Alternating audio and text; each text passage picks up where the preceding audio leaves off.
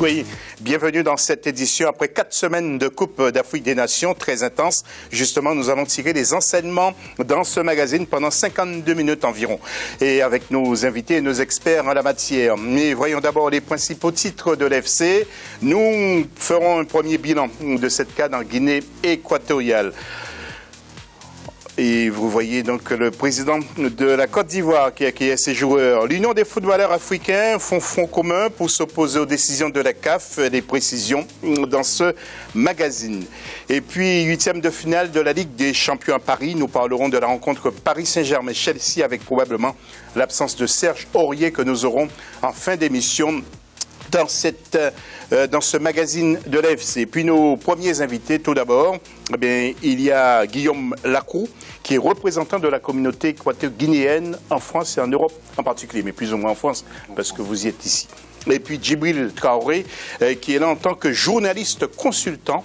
Il est d'origine malienne, bien sûr, et c'est un spécialiste du football. Bonsoir, Djibril. Bonsoir. Et puis Mohamed Traoré, qui est notre premier édito. Salut, Mohamed. Bonsoir. Bien reposé après cette Coupe d'Afrique des Nations? D'accord. Et puis la question de l'FC, quel constat faites-vous justement de cette CAN 2015 en Guinée équatoriale? Vos réponses toujours sur nos réseaux sociaux, mais aussi fc@africa24tv.com. Bilan de la CAN, c'est à la une de l'FC.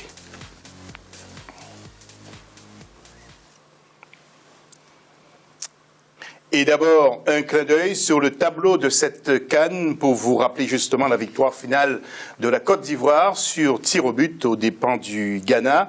Et vous savez également aussi que la RDC prend la 3e place et la Guinée équatoriale prend la 4e place.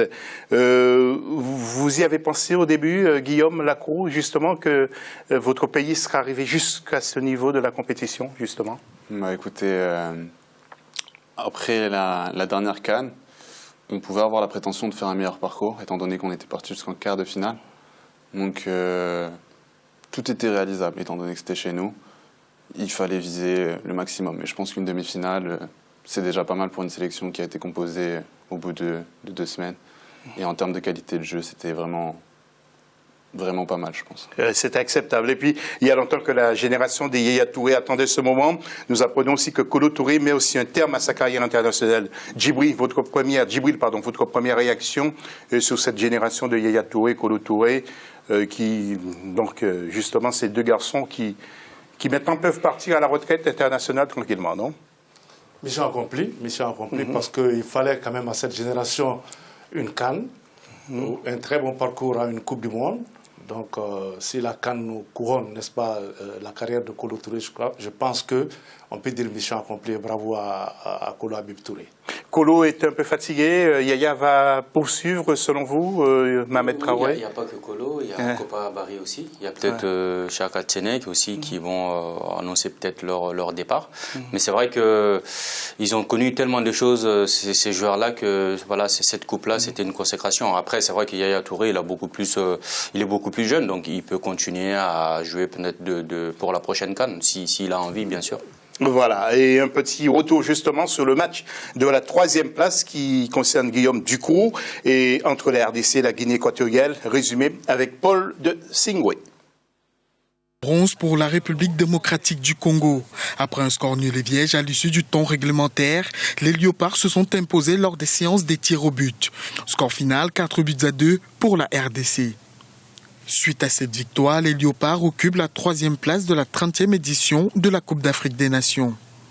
C'est un match important en ce sens que l'équipe victorieuse ramène une médaille à la maison. Donc la RDC peut se targuer d'avoir pris la médaille de bronze, alors que la Guinée équatoriale, elle, échoue au pied du podium. Je crois que plus que la fatigue, c'est le côté concentration psychologique qui a manqué aux Équato-Guinéens. Ils ont raté leurs 2 premières tentatives. Et le drame veut que ce soit Balboa, l'homme providentiel de cette équipe équato-guinéenne, qui a raté la toute première tentative. Donc ça a quelque peu déstabilisé le tireur suivant de l'équipe de Guinée équatoriale, Fabiani, qui a vu sa tentative, elle, repoussée par le portier de la RDC. Donc à partir de là, les chances équato-guinéennes étaient fortement compromises, et puis les Congolais n'ayant aucun de leurs tirs au but, eux étaient sûrs à ce moment-là de l'emporter, quoi qu'il arrive. Voilà, donc comment les Équato-Guinéens ont vécu justement cette CAN qui est arrivée très très vite d'ailleurs. Hein. Oui, avec beaucoup de fierté, je pense.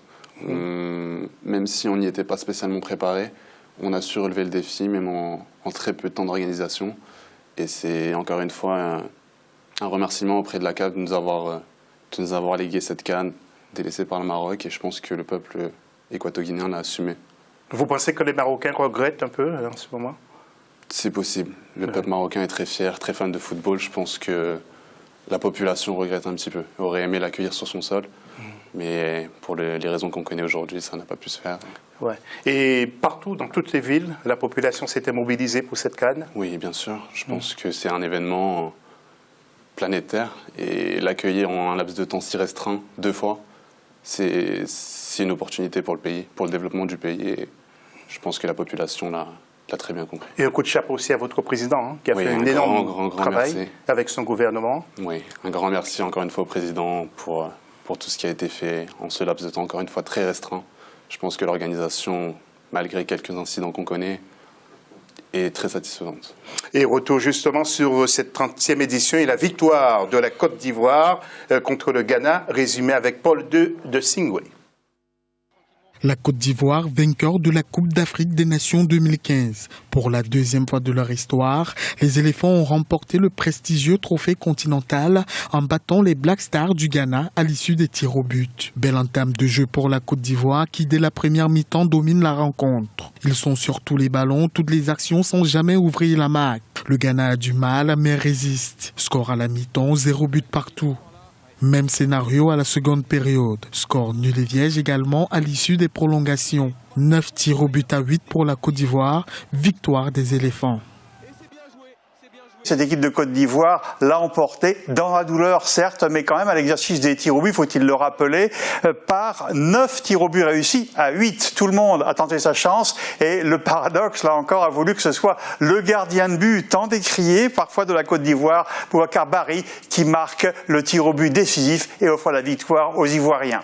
Cela étant, le match lui-même n'a pas été d'une très très grande qualité. On a vu parfois l'équipe du Ghana prendre l'ascendant. Ensuite, on a vu la Côte d'Ivoire se montrer plus entreprenante, sans toutefois que les occasions très très nettes aient été nombreuses, bien que le Ghana ait eu 2 frappes de balle sur le poteau et que la Côte d'Ivoire ait eu une très belle occasion en début de rencontre, elle aussi. 23 ans après, la Côte d'Ivoire remporte sa 2e Coupe d'Afrique des Nations. Le Ghana occupe la 2e place et la République démocratique du Congo la 3e place.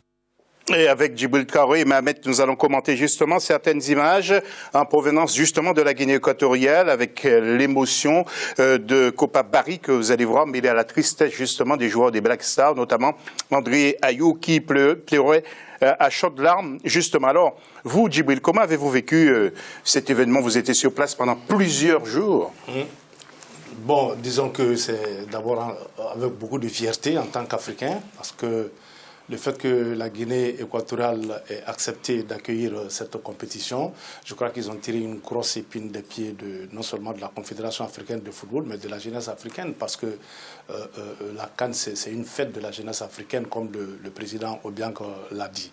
Alors, ceci étant, je pense que cette CAN, au-delà même du niveau technique qui, à mon avis, a été vraiment moyen sur l'ensemble de la compétition, je pense que le fait que la fête ait lieu sur le continent africain, ça a été vraiment une bonne chose. Et aujourd'hui, tous les Africains sont fiers. Les reporters qui étaient sur place, les journalistes, nous les avons rencontrés de gauche à droite, voir ce que la Guinée équatoriale, voir ce que l'Afrique a pu faire en 2 mois, je pense qu'aujourd'hui, on peut dire que l'Afrique est mûre, sur ce plan-là en tout cas. Oui. Alors, Mohamed Traoré, vous de votre côté, avant de retrouver justement Joseph-Antoine Bell, notre expert sur le continent, comment avez-vous vécu justement l'ensemble des matchs et plus sa finale qui a été une grande finale justement, même le match de la 3e place hein. Je pense que tous les matchs ont intéressé, surtout par exemple le premier tour où les équipes se sont qualifiées lors des 3e journées des groupes. Tous les matchs ont tenu en haleine les supporters, surtout les pays qui étaient représentés. Et au-delà de ça aussi, comme on l'a dit tout à l'heure par rapport à la qualité des jeux, mais au-delà de ça, c'est vrai qu'on n'a pas vu autant de buts comme on a l'habitude de voir dans les autres CAN. Mais il y a certains matchs comme par exemple Côte d'Ivoire-Algérie qui ont été des matchs de niveau correct. La finale aussi de ça, comme elle a été spectaculaire, les matchs Congo-Brazzaville. Voilà, il y a eu des matchs quand même qui ont été de très bonne qualité. Et puis surtout, c'était la fête du football africain que chaque 2 ans, on se donne rendez-vous. Et ça a été très important que ça soit tenu. Et encore une fois, bravo à la Guinée équatoriale d'avoir permis à l'Afrique de tenir encore une fois une compétition. Et moi, je pense que la CAF, c'est la plus grande entreprise panafricaine qui arrive à fédérer autant de monde. Donc on ne pouvait pas se permettre de ne pas jouer cette CAN-là ou de l'exporter ailleurs. Voilà, justement, nous voyons Kopa Barry qui était en train de pleurer après avoir converti son tir en but sur les coups de pied arrêtés. Alors maintenant, nous allons voir aussi l'accueil triomphal qu'a accordé justement le président de la République ivoirienne à tous les joueurs. C'était lors de leur arrivée justement le lundi 9 du côté d'Abidjan. Vous voyez, donc c'était un jour férié d'ailleurs. Hein. En Guinée équatoriale, il n'y a pas eu de jour férié, même si vous avez terminé 4e, Guillaume. Non. Pas spécialement, je pense qu'il n'y avait pas besoin. Oui, il n'y avait pas besoin. Il n'y avait pas besoin, on a célébré, on a fêté, et on est parti travailler comme il se devait. Oui, quelle foule, hein, Djibril, hein, du côté d'Abidjan. Hein. Oui, je pense que les Ivoiriens, les éléphants l'ont mérité, parce que au départ, avec tout ce qu'il y a eu comme problème autour de cette formation ivoirienne, avec notamment l'entraîneur Hervé Renard, ce n'était pas gagné d'avance. Il a fallu beaucoup de travail et il a fallu beaucoup d'intelligence de la part de Hervé Renard. Et donc cet accueil avec en tête le président de la République, je crois que c'est un accueil mérité. Et les récompenses aussi ont été à la hauteur, n'est-ce pas, de cette victoire-là. Parce que la Côte d'Ivoire courait derrière, comment on appelle ce trophée depuis très longtemps, depuis 22 ans. Mais le fait que cette génération ait finalement remporté ce trophée, je crois que c'est ça l'important. Et le président l'a compris. Et au-delà du football, cette victoire ivoirienne peut contribuer à autre chose. L'entente entre les Ivoiriens, c'est plus important que le football. Et cette victoire-là peut contribuer à cela aussi. Oui, tout à fait. Nous allons voir d'autres images, justement, avec également le président Alassane Ouattara qui recevait les joueurs. Et puis, vous le savez également, qu'il y a eu une prime pour chaque joueur de 90 000 euros. Et puis, l'entraîneur a touché 114 000 euros. Alors, donc, parmi les bilans, justement, champion donc Côte d'Ivoire, meilleur joueur, c'est Christian Tsou du Ghana. Meilleur buteur, c'est André Ayou, 3 buts et 2 passes décisives. Meilleur gardien, c'est celui de la Côte d'Ivoire, celui qui n'a pas joué la finale, mais c'est Sylvain Bohou. Est-ce que ça vous surprend? Et puis je voudrais aussi qu'on en parle d'Hervé Renard. Hervé Renard, j'ai l'impression qu'il joue au chat et à la souris avec les Ivoiriens en ce moment. Est-ce qu'il veut revenir en Côte d'Ivoire ou est-ce qu'il veut partir dans un club français? Mohamed, comment vous réagissez-vous? Je pense qu'en fait, la victoire de Hervé Renard, ça efface quelques frustrations qu'il a pu avoir avant la qualification. Parce que même avant la fin des éliminatoires, on disait qu'il allait partir parce qu'il y a pas mal de choses que la fédération lui avait promis qui n'étaient pas faites. Donc il y avait une certaine tension entre lui et la fédération. Heureusement qu'ils se sont qualifiés et là, ils ont remporté la CAN. Et du coup, peut-être qu'il se dit, voilà, en 5 mois, j'ai rapporté la CAN. Qu'est-ce que je peux avoir comme ambition supplémentaire pour pouvoir rester sur cette Mais il n'est pas en train de faire du chantage à la Côte d'Ivoire? Non, je pense pas. C'est peut-être que parce qu'il est sollicité un peu partout. On l'a vu dans d'autres médias où il disait qu'il fallait respecter la Côte d'Ivoire et savourer cette victoire-là. Après, il va falloir que peut-être qu'il fasse une rencontre avec les dirigeants de la fédération ivoirienne, évaluer ce qui s'est passé et voir les perspectives. S'il estime que il a tous les cartes en main pour continuer, bien évidemment, il va continuer, mais il peut tout démissionner aussi de son poste. Comme la Côte d'Ivoire peut le virer aussi, s'ils en ont envie. Djibril, votre regard de journaliste sur le comportement d'Hervé Renard en ce moment? C'est très difficile à juger. Je pense qu'il est dans son rôle. Il est dans son rôle parce qu'il est quand même vainqueur de la Coupe d'Afrique des Nations de football. Il est en position de force, comme on dit. Mais moi, à sa place, je pars. Je ne réfléchis même pas, je pars. Je pars. Ah, oui. Donc vous dites, vous regardez la caméra et vous dites, vous seriez Hervé Renard, vous partez. Vous avez intérêt à partir. Pourquoi? Parce que tout simplement, ça veut dire qu'il a atteint le sommet. Il était là pour ça, pour peut-être 2 ans, 4 ans. S'il arrive, vous avez besoin de quelque chose en 4 ans. Vous arrivez à l'avoir en 2 mois, mais je pars là, je vais essayer autre chose. Hein. Donc, à sa place, je ne réfléchis même pas, je pars. Avec ce nom, je crois qu'avec cette renommée-là, il a intérêt à partir. On parle aussi peut-être d'un départ probable en Angleterre. Guillaume, vous suivez un peu? Un petit peu, oui, l'actualité. Je pense que le cas d'Hervé Renard est particulier parce qu'il arrive encore une fois en Côte d'Ivoire. Il a remporté ce trophée tant attendu par la Côte d'Ivoire. Donc il est encore une fois en position de force. Il peut partir par la grande porte, mais je pense que pérenniser ce résultat avec une qualification en Coupe du Monde et pourquoi pas un beau parcours, parce que ça fait longtemps que cette génération l'attend, ça peut être aussi un challenge intéressant pour Hervé Renard. Nous allons, Mohamed, parler encore du 11 type avec, bien sûr, le gardien Sylvain Owo dans les buts. Serge Aurier a été qualifié parmi les meilleurs défenseurs. Harrison Afoul, également du Ghana. Habib Kolo Touré de la Côte d'Ivoire, on l'appelle Kolo Touré, mais c'est Habib, on rajoute Habib devant. Parmi les millions de Gaillou, bien sûr, Yaya Touré, Maxane Gradel, qui nous a surpris. Par contre, il ne devrait pas être appelé dans la sélection. Et Yannick Bolazi de la RDC et Gervinho de la Côte d'Ivoire. C'est pour vous des milieux tout à fait légitimes et logiques, hein? Moi, j'aurais mis quand même le meilleur joueur de la compétition, Atsu, qui a été le meilleur joueur, mais il n'est pas dans l'équipe type. Donc, je pense que... Il y a eu le nouveau... Bien sûr. Parce que là, il y a eu deux, la première, la deuxième, on ne sait pas finalement c'est laquelle l'équipe finalement. Mais bon, moi, je pense que c'est la meilleure équipe possible quand même. Et j'avais vu qu'il y avait 2 gardiens aussi dans l'équipe type. Oui. Et parmi les attaquants, Christian Atsu et Wilfried Bony. Oui, moi, je trouve qu'il était très bon aussi. Mérité. Il a marqué 2 buts, je pense, 2 passes décisives.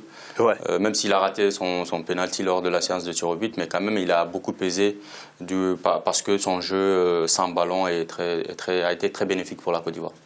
Guillaume, parce que vous êtes un peu notre porte-parole de la Guinée équatoriale, est-ce que les joueurs, même s'ils ont terminé 4e de la Guinée équatoriale, ont touché des primes?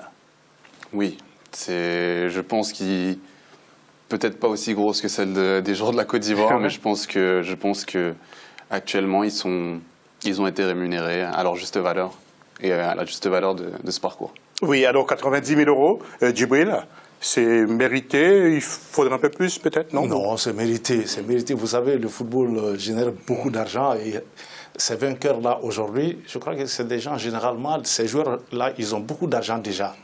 Alors, avec cette récompense qui est beaucoup plus significative, n'est-ce pas? Ne regardons pas le montant. C'est peut-être le geste qui est important aujourd'hui. Les Ivoiriens, les éléphants, même si on ne leur donnait rien à la suite de cette canne-là, je crois que la fierté est déjà suffisante. Et Hervé Renard qui touche un peu plus? Oui, c'est normal. Dans les primes, l'entraîneur prend toujours le double de celui des joueurs. Généralement. Donc, généralement, voilà. Donc, c'est pas choquant. Ce qui est intéressant d'ailleurs avec les Ivoiriens, c'est que la majorité des joueurs ivoiriens sont beaucoup impliqués dans les œuvres humanitaires. Donc, c'est très important. C'est très important. Qui prend la défense des éléphants. Pratiquement tous, ils ont quand on voit leur milieu de terrain qui offre des camions à son centre de formation, c'est très important pour des belles perspectives pour la jeunesse de la Côte d'Ivoire. Oui, alors messieurs, il y a aussi en marge de cette CAN, dimanche dernier, il s'est passé quelque chose, dimanche 8, c'est l'Égypte qui a été endeuillée avec 22 victimes. Nous allons voir d'ailleurs les images. Et parmi les supporters justement du Zamalek qui se sont opposés à la police dimanche 8, je vous l'ai dit, ces heures ont fait également 25 blessés. Le nombre de supporters était limité à 10 000, mais la foule a pris d'assaut les portes du stade lors de la première journée du championnat. Et après les incidents au rendez-vous de Port Saïd, c'était en 2012 qui avait fait 74 morts. Voilà un nouveau drame justement qui vient endeuiller le football égyptien. Alors pour l'instant, je suis sûr, Djibril, que vous avez des infos. Le championnat est arrêté, mais est-ce que ce championnat égyptien va reprendre? Tout le monde le souhaite d'ailleurs. Hein? Oui, ça va reprendre, mais il faut quand même un temps pour mener des enquêtes, pour que les sportifs puissent se retrouver et essayer de ne faire que du sport. Parce qu'autour de toute cette tragédie-là, je pense qu'il y a peut-être autre chose. Je dis bien peut-être parce que l'Égypte a l'habitude d'organiser des championnats avec d'énormes supporters, les matchs de Coupe d'Afrique, les matchs de Coupe du Monde, des éliminatoires et tout. Et moi, je pense qu'aujourd'hui, il faut marquer peut-être une pause, un temps d'arrêt pour voir, n'est-ce pas, essayer de comprendre ce qui se passe et ce qui s'est passé pour essayer de relancer le championnat. Guillaume, et c'est ma dernière question avant la pause, lors de Guinée équatoriale, Ghana, lorsque l'hélicoptère a survolé une de tribune, vous avez eu peur ou pas? Un petit peu stupéfait, on va dire, comme tout le monde. Un petit peu stupéfait par ce qui se passait, parce que quand on regardait à la télé, quand on n'était pas en direct du stade, on avait un peu de mal à comprendre ce qui se passait. Et ouais, c'est des images qu'on n'aimerait pas voir, surtout lors d'une demi-finale de CAN, même dans n'importe quel match de football. Ça n'a pas lieu d'être dans un stade de football, je pense. Et bon, ça ne se reproduira plus, je pense. Eh ben, on en reparle dans la deuxième partie de l'émission, justement avec un autre éditorialiste qui s'appellera M. Noureddine Sali. Mohamed va nous quitter, il reviendra dans la troisième partie. À tout à l'heure, juste après la pause.